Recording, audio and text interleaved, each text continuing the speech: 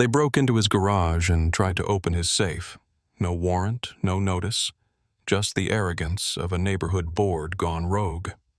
Leonard and Angela from the HOA thought they could bully their way into control, using fines, fear, and silence as weapons. But Jake had one move they didn't see coming: a hidden camera, a die-pack trap, and a lawyer who lived to take down corrupt boards. Just wait until you see how this battle exploded, and why, in the end, justice came back brighter and bolder than anyone expected. I'm not some prepper hoarding gold bars in a bunker. I'm not anti-government.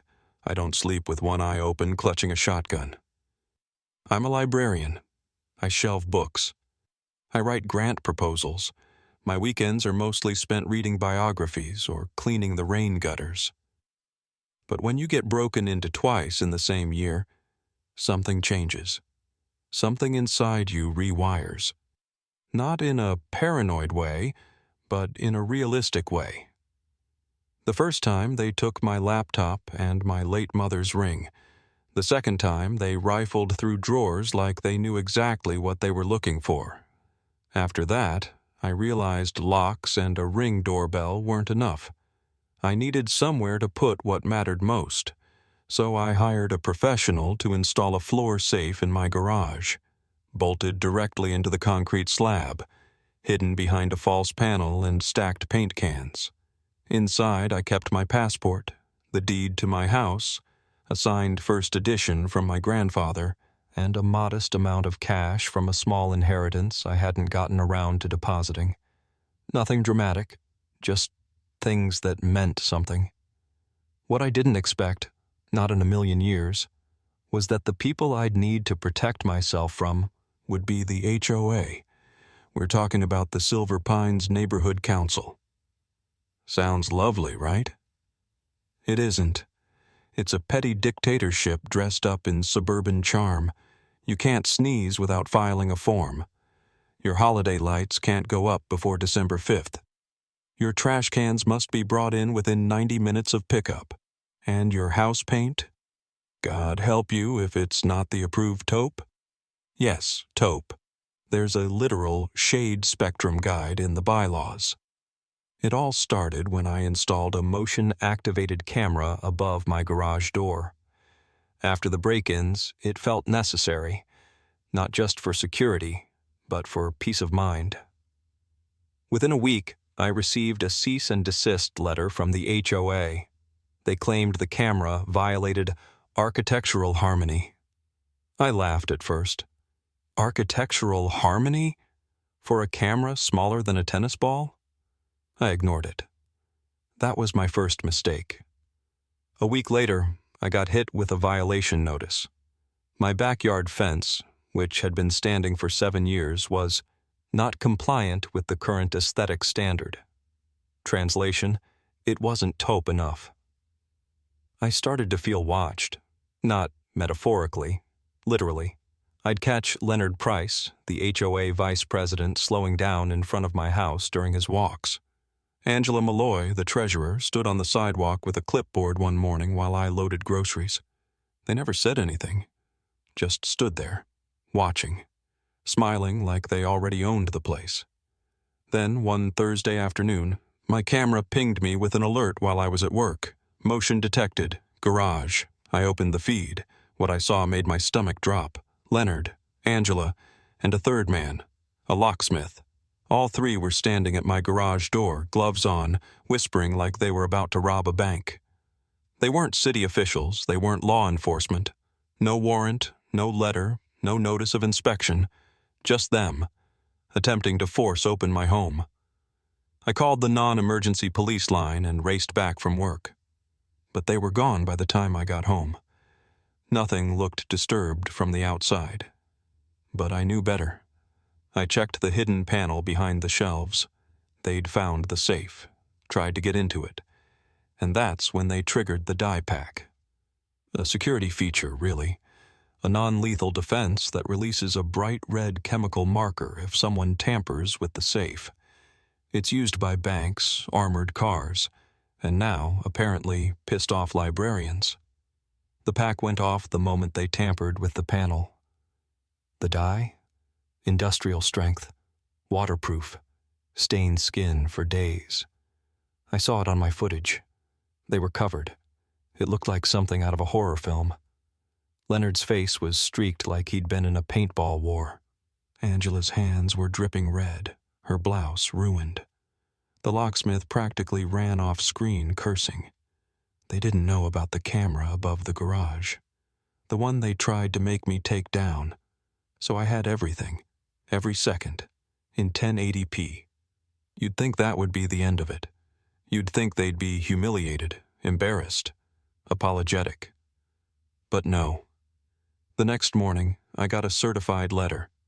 They were suing me for assault, property damage, and, get this, emotional trauma. That was the moment I realized. This wasn't about taupe fences or cameras. This was about control. They thought they could treat my home like their jurisdiction, like they had the right to walk in, poke around, and declare ownership over anything they didn't like. They thought my property was theirs. They thought I was theirs. But what they didn't know, what they still don't understand, is that I fight back. Quietly, methodically, just like I organize books.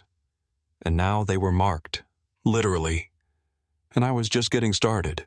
I thought they'd back off. After what happened in my garage, the dye, the footage, the sheer audacity of it all, I thought maybe, just maybe, shame would do the trick. That they'd retreat with their tails between their legs. That the red paint clinging to their skin would haunt them the way it haunted me. But I was wrong. God, was I wrong. Instead of retreating, they doubled down. 2 days after the incident, I was served papers at my door. They were suing me. Leonard and Angela, the very people who broke into my garage without permission, who were caught red-handed, literally, on camera, were now claiming that I had assaulted them. The lawsuit alleged intentional infliction of emotional distress, unlawful use of hazardous substances, and assault via security device. Leonard claimed the dye severely impacted his dignity.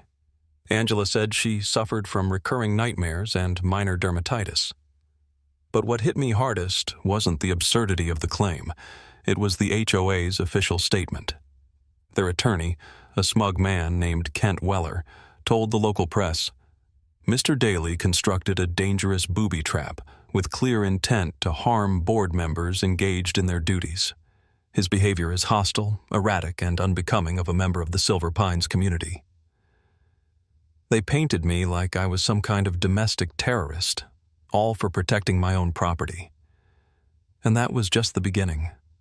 At first it was little things. I tried to access the community pool one morning. The key fob didn't work. I assumed it was a tech glitch, but when I emailed the HOA, the response was swift and cold. Access privileges suspended pending legal review of your conduct. Then came the mailbox. Yes, our mailboxes are centralized. Metal boxes on the corner, the keys managed by the HOA. One day, my key snapped in the lock. I asked for a replacement. They said I was under investigation and could not be issued another one until clearance. So I had to drive to the post office every other day just to pick up my mail. They made every step of daily life harder. I started getting warning letters almost weekly. Trash bin visible from the street for more than 15 minutes after pickup. Grass 2.75 inches tall, half an inch over the visual standard. Garage door left open too long. Unregistered visitor car in the driveway. It was my cousin, staying for one night. Each notice came with a fine. Small at first, $25, $50. Then larger, $100, to $50. I tried to fight them, but the appeal process. It was the same board that issued the fines. Leonard, Angela, and now 3 other members who had all aligned themselves, probably out of fear or loyalty. It didn't stop there. It never does. The legal bills started piling up. My attorney, the first one I hired, a timid, overworked guy from the city, told me flat out, "This case will cost you, even if you win. They're betting you'll run out of money before they run out of time." I laughed bitterly. Isn't that extortion? He shrugged. It's homeowner law. My friends started pulling away. I get it. Nobody wants to be around someone who's constantly ranting about bylaws and restraining orders. My world was shrinking. Every conversation came back to the HOA. Every free moment was spent gathering documents, taking pictures of my lawn from 6 angles, forwarding emails to my attorney. I started drinking more. A glass of wine with dinner became 2, then whiskey, then more. My partner, Nora, told me I wasn't the same. Said I was obsessed. Said I was scaring her. She packed her things one night while I was in the garage printing evidence binders. I came back inside to silence. There was a note on the counter. I can't live in a war zone. I hope you find peace. But there was no peace. Not then. I stopped sleeping. I mean really sleeping. Every creak outside made my heart race. Every car door at 2 a.m. sent me scrambling to the window. I started leaving the porch light on all night, then installed another camera at the side gate. I knew they were watching me, and I couldn't stop watching back. The camera footage became my lullaby. I'd scroll through the motion alerts at 3 a.m., just waiting for the next violation. My garage door sensor once pinged open at 1:12 a.m., even though it hadn't moved. I sat in the dark with a baseball bat for an hour. That's where they had me. Not just in court. Not just financially, but in my mind. They wanted me to crack. And I was cracking. You have to understand, this wasn't about rules or neighborhood order. It wasn't even about the die pack. It was about power. About a group of small-minded people who had been given the tiniest bit of control and would rather destroy someone than admit they overstepped. And the worst part? It was working. I was falling apart. Alone, broke, exhausted. And every time I thought I'd hit bottom, another letter came. Another threat. Another neighbor who stopped waving. Another fine. They wanted to break me, and if things had gone on just a little longer, they probably would have. This is where everything starts turning. The emotional weight remains, but now it blends with fire, strategy, and momentum. The reader should feel like they're standing up with the protagonist, and winning, inch by inch. There's something strange about rock bottom. It's not loud. It's quiet, like the deep end of a pool. Everything's muted, heavy, slow. That's where I was when I met Candace Briggs. I didn't even find her. A friend of a friend passed her name to me like contraband. She hates HOAs, they said. Like, seriously hates them. She took down one in Riverwood, made the president cry on the stand. I didn't expect much. By then, I'd burned through 2 attorneys. One ghosted. The other politely withdrew after it became too messy. I knew what that meant. The Silver Pines Board had reach. Some of them owned properties. Some had city connections. So I called Candace, expecting nothing. She picked up on the second ring. Briggs? Hi. You the guy with the die pack safe? Yes. Good. Email me everything. I've got an opening next week, unless you want to burn them sooner. That was our first conversation. I sent her everything. The video footage, the lawsuit, photos of my mailbox, screenshots of the emails, the whole rotten history of Silver Pines. We met in person 2 days later at a 24-hour diner just off the highway. Candace looked nothing like the lawyers I'd worked with before. Leather jacket, zero makeup, laptop sticker that said, "Civility is a trap." She pulled up the footage on her screen. The moment Leonard and Angela broke in, the second the die pack exploded. She paused, leaned back, and smiled like a shark smelling blood. "Oh, they're cooked." "You think so?" I asked. "I know so." Candace wasn't just confident. She was a machine. Within a week, we'd filed a countersuit in county court. A scorched earth legal salvo. Unlawful entry without consent or notice, trespassing with malicious intent. intentional infliction of emotional distress, defamation, and character assassination. Abuse of position within a governing body, retaliation against a protected homeowner under state code. But Candace didn't stop at paperwork. She played the public game too. She said, "You want real pressure? Let's weaponize the truth." So we did. I sent a message, just a quiet ping, to a guy I went to college with, Ben. We hadn't spoken in 5 years, but I knew he was a field producer at a local NBC affiliate. I attached the security video, added a few lines of context, and hit send. No expectations. 3 hours later, my phone rang. "Dude," Ben said, "is this real?" "Real as it gets." "Can we run this? On air?" He laughed. "You just handed me Emmy bait." 2 nights later, during the 6 o'clock news, it aired. HOA board breaks into homeowner's garage. Triggered die trap meant for burglars. The footage rolled. Slow motion, freeze frames, a graphic that literally labeled Leonard and Angela as HOA intruders. The public ate it up. By the end of the night, the story was trending on Reddit. First on our Justice Served, then our public freakout, then our HOA, which, by the way, is a savage place. Comments rolled in like wildfire. Finally, someone hit back. "That die trap is legendary. Where can I buy one? Sue them into another dimension." People started sending me GoFundMe links, legal advice, templates for HOA resistance. I even got a DM from a retired judge who offered to testify on my behalf, just because he'd had his own run-in with HOA insanity. And then came the big one. We subpoenaed internal HOA communications. They resisted. Of course they did. Claimed privacy, delayed production, tried to send redacted copies that were more black bar than text. But Candace wasn't playing. She filed a motion to compel. The judge granted it. And when the emails landed in our inbox, even she paused. "Oh, my God." "What?" I asked. They planned it. There it was. A thread dated 2 days before the break-in. Subject: daily situation. From Leonard: "We can't let him win, or others will get bold. If we don't assert authority now, we lose control."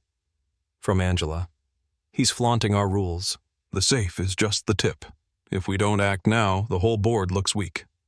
Another board member chimed in: "Use inspections as leverage. He'll fold if we apply consistent pressure."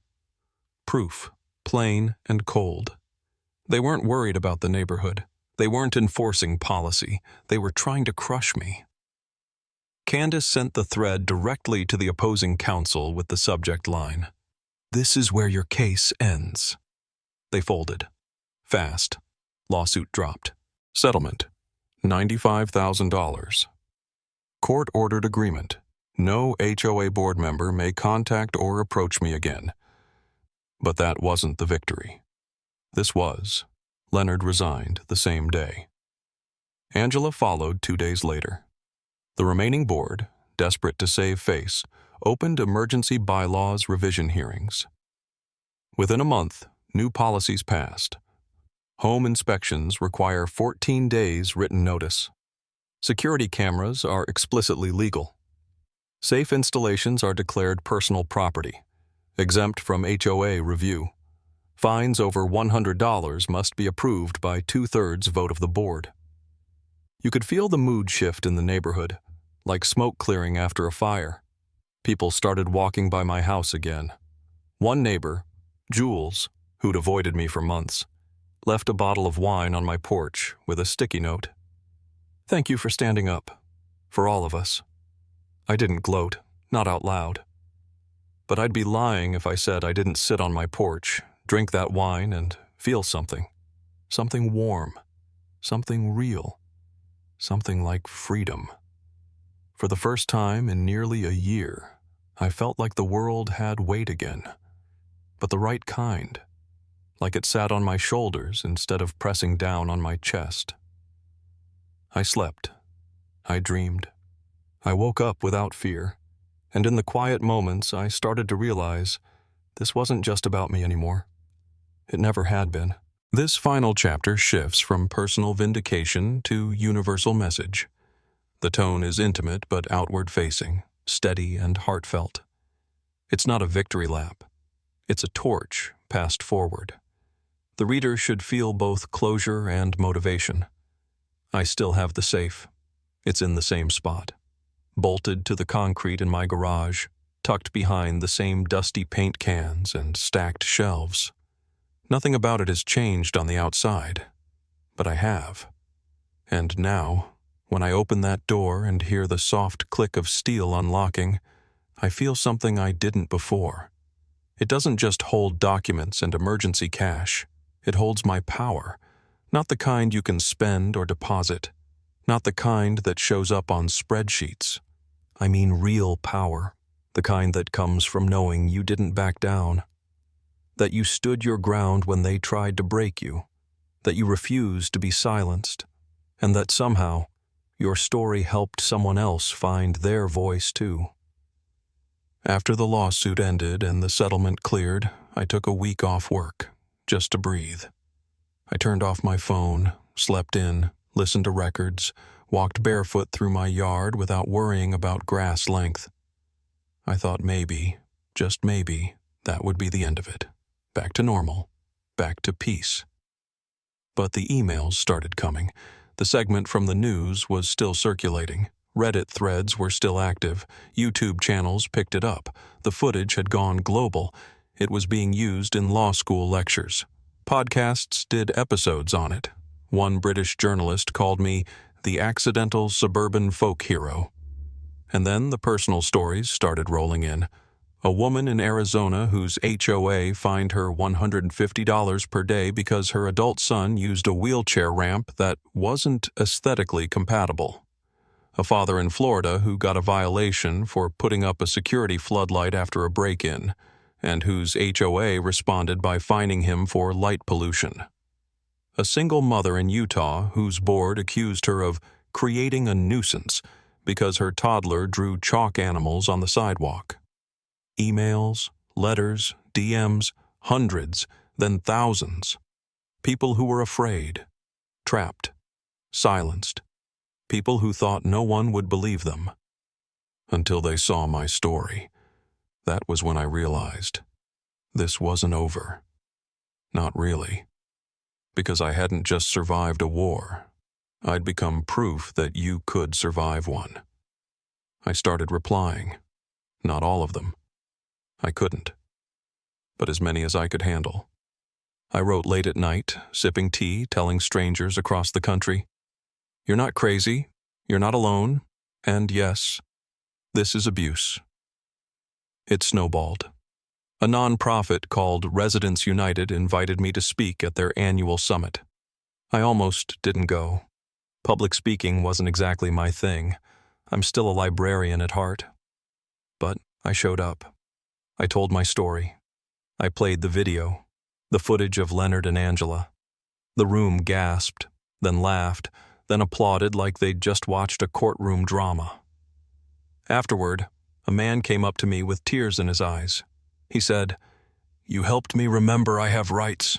I forgot that." That moment changed something in me. I realized this wasn't about revenge anymore. It was about responsibility. Now, I speak at HOA abuse forums, not professionally, not as some polished TED Talk guy, just as me, a guy who bought a safe, a guy who got pushed too far, a guy who fought back and lived to tell the tale. And I tell people the same thing every time. Document everything. Don't argue by phone, argue on paper. Don't let their titles intimidate you. And above all, don't be afraid to make noise, because that's the thing. These boards, these mini-regimes, they thrive on quiet, on isolation. They prey on your fear of embarrassment. They weaponize shame, bureaucracy, and the fact that you have a life, and they don't. They don't win because they're strong. They win because you're tired, because you're busy, because you think you're alone. but you're not. Here's what I've learned. They only win when we stay quiet. They only rule when we let them. And sometimes, the only thing standing between tyranny and justice is a die pack and a damn good lawyer. It sounds funny now. Poetic, almost. But that moment, when the die exploded in my garage, wasn't about security. It was about boundaries. It was a line, literal and symbolic. A declaration. This is mine, not yours, not the board's, not the system's, mine. And when they crossed that line, they painted themselves in guilt, in front of the world. I didn't ask to be a symbol. I really didn't. All I ever wanted was to be left alone, to read my books, to mow my lawn, to have a safe place to put my passport and my memories and my peace of mind. But sometimes, life picks you. And when it does, you either hide or you rise. I rose. Not because I'm brave, not because I'm smarter or stronger or better, but because the alternative was surrender. And now I'm proud. Proud that I stood up. Proud that I didn't fold. Proud that my story, strange as it is, has helped other people believe that they can fight back too.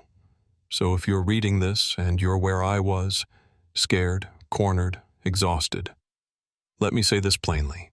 You are not powerless. You are not alone. You are not crazy. You are being bullied. And you can fight back. You can win. And if some guy with a floor safe and a camera can take down a corrupt HOA, so can you.